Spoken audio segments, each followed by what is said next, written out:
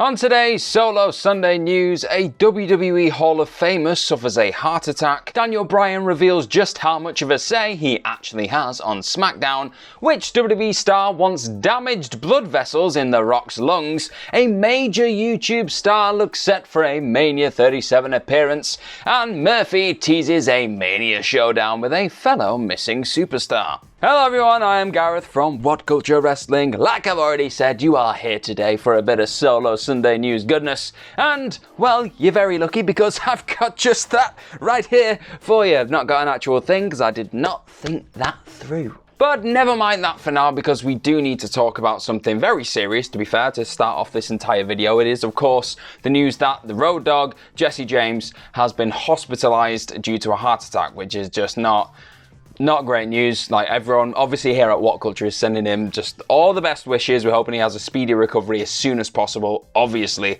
But his wife broke this news on Facebook. She put out a statement just explaining what had gone down with the Road Dogg. So we're just going to read that off and I'll just comment on it afterwards. So she said, "I want to thank everyone for their prayers and texts. Bryan most likely suffered a heart attack late Thursday night after returning from Orlando. He has had tests run and we're currently waiting for the results. He's also seen a kidney specialist and will have a stress test done. He's always been on blood pressure meds for high BP. Just please pray all the tests come back for something we can fix. I'm a total wreck, but I'm trying so hard to be positive. Please pray for Bryan. He feels horrible, and for God to please heal my husband so he can come home. Thank you all so much." So obviously it must just be an insanely stressful time right now for everyone in that family to have somebody go through that. I personally have never had that, so I can't really understand or even contemplate how crazy and awful that must be right now. But people in WWE and WWE like themselves, as like Twitter accounts, have all posted out some messages of well wishes to the Road Dogg. You've had Adam Cole putting out like prayer hands, and WWE NXT have put sending along best wishes to our guy WWE Road Dogg #WeAreNXT. And then later on, Tracy James gave an update on exactly the situation, what was going down with Jesse James, and she said, "Just an update, Doc just came in, kidneys came back clear, and a heart cath is scheduled for Monday, and they will determine then what's to be done. Please continue to pray for him and his doctors and our family. Thank you all, and we love you all." So once again, I just want to hammer home that everyone here at What Culture, and hopefully everyone in the wrestling community right now, I know we kind of get caught up in the storyline nonsense of WWE and all the rest of it. This is a real life thing, so we're just wishing him all the best, and hopefully he can get back on his feet as soon as possible. But in other WWE news, Daniel Bryan recently had a bit of a sit-down conversation over Zoom, just as is the want to do right now in the world, the crazy world that we are in. And he was talking about his current backstage role with Talk Sports. So it's just like, a lot of people know for a fact now that Daniel Bryan has been in on these creative production meetings for quite some time, a couple of years now. There's lots of images from him when he had his big long beard and all the rest of it, and big long hair. He's been doing it for a while. But now a lot of people have just been suggesting that everything good that happens on SmackDown is, it must be Daniel Bryan. He's the guy who has all the creative genius on that show. But he's kind of debunked those theories and those myths. But in this conversation, he said it's interesting because, one, I don't have that big of a say really. And he started laughing. He says sometimes something really great will happen on SmackDown, and somebody will say, "Oh, that's Daniel Bryan." And he's like, "No, that's not me. I didn't do that." And then he went on to say, "One part is our performers. We have incredible superstars. Cesaro is a no-brainer. When you say Daniel Bryan helped Cesaro, no, all I did was, hey, this guy is really good. We should put him on TV and use him." It just sounds like our weekly SmackDown review podcast, this. We literally sat there going, that guy's really good. Put him on TV. Go and do it. Go and make him into a superstar because he already is a legend. So yeah, it just pretty much confirms that we should be booking WWE as well. And then he went on to say, Apollo Crews, I don't have anything to do with Apollo Crews stuff, and he's just great. So that's more of an example of he has nothing to do with that. So if anyone sat there going, "Oh, Daniel Bryan's put Apollo Crews forward and done all this stuff for him," he's not. He's just a really talented dude. He's come forward with his own ideas and they've been great. So he's, in a way, he's just putting over everyone else, which is, again, just a very typical thing for Daniel Bryan to do. And then after this, he continued to talk up other people, and he just like praised Roman Reigns for being like the game changer in the Thunderdome era, which I don't think many of us could argue with that. Roman Reigns has been a rejuvenation that none of us really saw coming. Like, I'll be honest, I look back at August when he suddenly arrived on the scene. He completely altered his character with his nice, big, pristine white teeth now, and he's never looked back. And now we've got Daniel Bryan, Roman Reigns, and Edge in a WrestleMania main event for the Universal Championship. It's crazy. Crazy. What a time to be alive, folks. But now we're going to take a bit of a detour to a time way before Roman Reigns and Daniel Bryan's, and Edge was probably just on the edge of joining into WWE at this point. We're going to talk about The Rock and Ken Shamrock of all people, because The Rock took to Instagram and he was he likes doing this every now and again. He'll just post a little post from the past, a bit of a nod to his wrestling history. And in this particular post, he was talking about how Ken Shamrock suplexed him so hard he burst blood vessels in his lungs. It's horrific, and it's precisely as horrific as it sounds when you look at the image on Instagram. It's quite something. But here's the caption. Here's what The Rock was talking about in this image. He said, "Not the most elegant or sexy Throwback Thursday, but when I had a little internal bleeding, not planned, while wrestling UFC Hall of Famer Ken Shamrock, aka the world's most dangerous man." He's so dangerous, he nearly just ruined my own tongue saying his name. I loved wrestling Kenny around the world, and we had some classic matches. On this night, I took a hard suplex, and the impact damaged blood vessels in my lungs, causing the blood to come up, which is very visual in the image, like I've said. He said he kept composed and made sure that he could breathe and continue with the match. Just, yeah, very important to do that, because otherwise, not gonna end very well for you. I'd like to think that Ken would have shown me some compassion, but his facial expression says, "F your bleeding lungs," as he tries to rip my ankle from my tibia. Those were the good old days, and this was how I proudly made my bones. As always, thank you for the house, brother.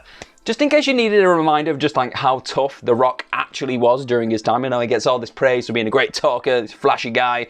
Yeah, he put himself through it. He earned his dues, for want of a better phrase, and that picture, just go and look at it. It's something else. It's quite graphic. So yeah, tip your cap to The Rock and Ken Shamrock for being a beast. And now we're going to bring you straight on back to the current modern day WWE landscape, because of course, if you watch SmackDown on Friday night, my days are just blurring together in this crazy lockdown world, but if you watch SmackDown, you will know that Sami Zayn announced that none other than Logan Paul was going to be turning up on next week's show for the premiere of his trailer for his conspiracy documentary. He's going to blow the lid open on this whole thing. That's what he's going to do.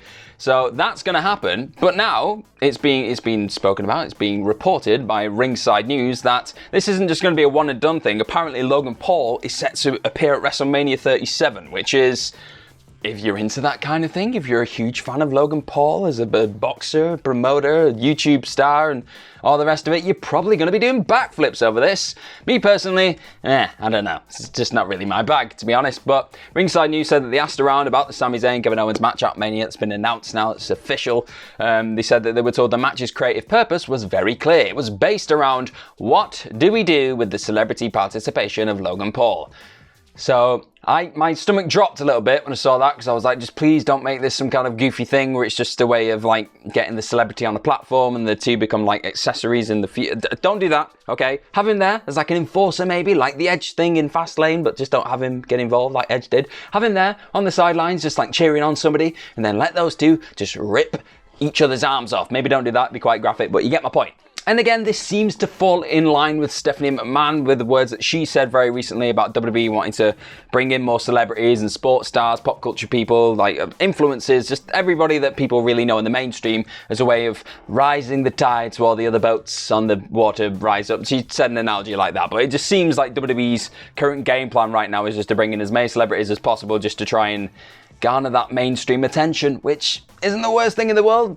More attention on wrestling means, more investment in wrestling and all the rest of it. But me personally, not really invested in the whole Logan Paul stuff. I just want to see Kevin Owens and Sami Zayn beat the hell out of each other. And our last news story today, it's a really quick one. It's kind of to the point. It is what it says on the tin, really. Murphy took to Twitter, Murphy, the best kept secret in WWE, and he pretty much called out Aleister Black for a match at WrestleMania. Now, these two had a bit of a back and forth, you remember. I don't know if it was last year or the year before. My God, time is really blurring, but I think it might have actually been 2019, where they had a series on Raw.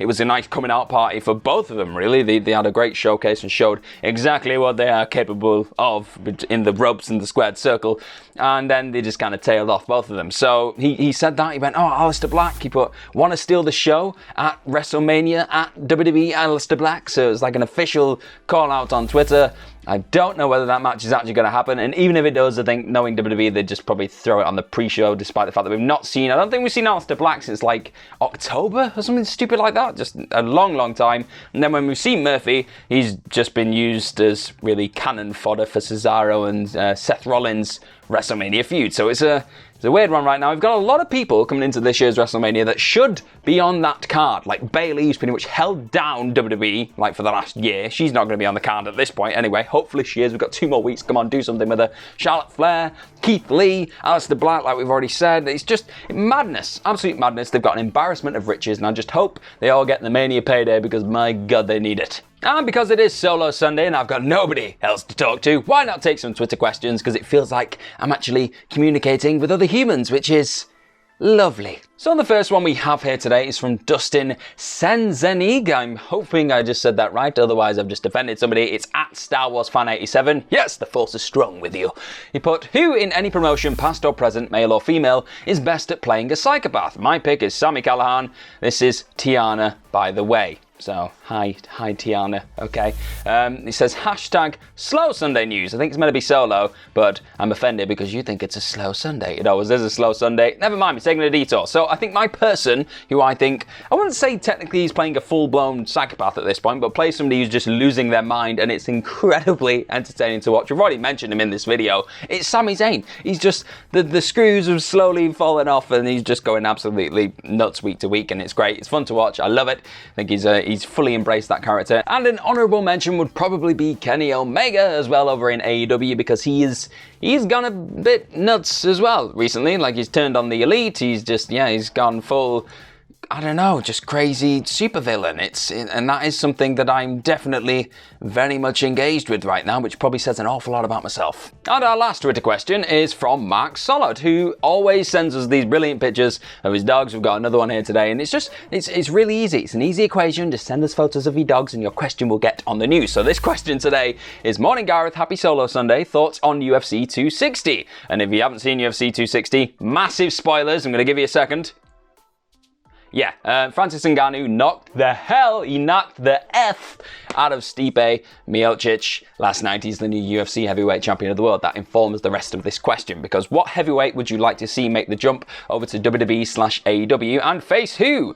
And then he just talks about the dogs, which is just, again, I'm just very easily pleased. The dogs are there, they're very cute. But in terms of the heavyweight that I'd like to see, you can't really say Ngannou. I mean, he looks the part. He's built like a monster. He's a titan, but he's very reminiscent to, let's say, a Goldberg in the world of MMA. He literally goes in there, hits a few moves, hits a few punches, the person falls to the floor, and everyone goes, yeah, which is okay, I guess, if you want that in a heavyweight. But me personally, now technically, John Jones is a heavyweight. And he's the greatest MMA fighter of all time. If you want to say that, we can contest that in the comment section. But I'd like to see him in WWE because he can talk a good game, and I think he'd put on a hell of a match. Somebody like Brock Lesnar, maybe even Bobby Lashley. That'd be cool. So that'd be my heavyweight. I'd love to see over in WWE at some WWE or AEW at some point soon. Whether that happens or not, I don't know. So that has been your Solo Sunday News with myself, Gareth, from What Culture Wrestling. Follow myself on Twitter at gmorgan04. Follow everybody here at What Culture WWE. Like this video, share it.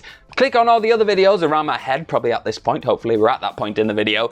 And just don't forget, more importantly than anything today, have yourself the best Sunday possible. It's what we do. We end the week strong and we move on forward into a world of hope and no more fear and just more wrestling. What more do you want?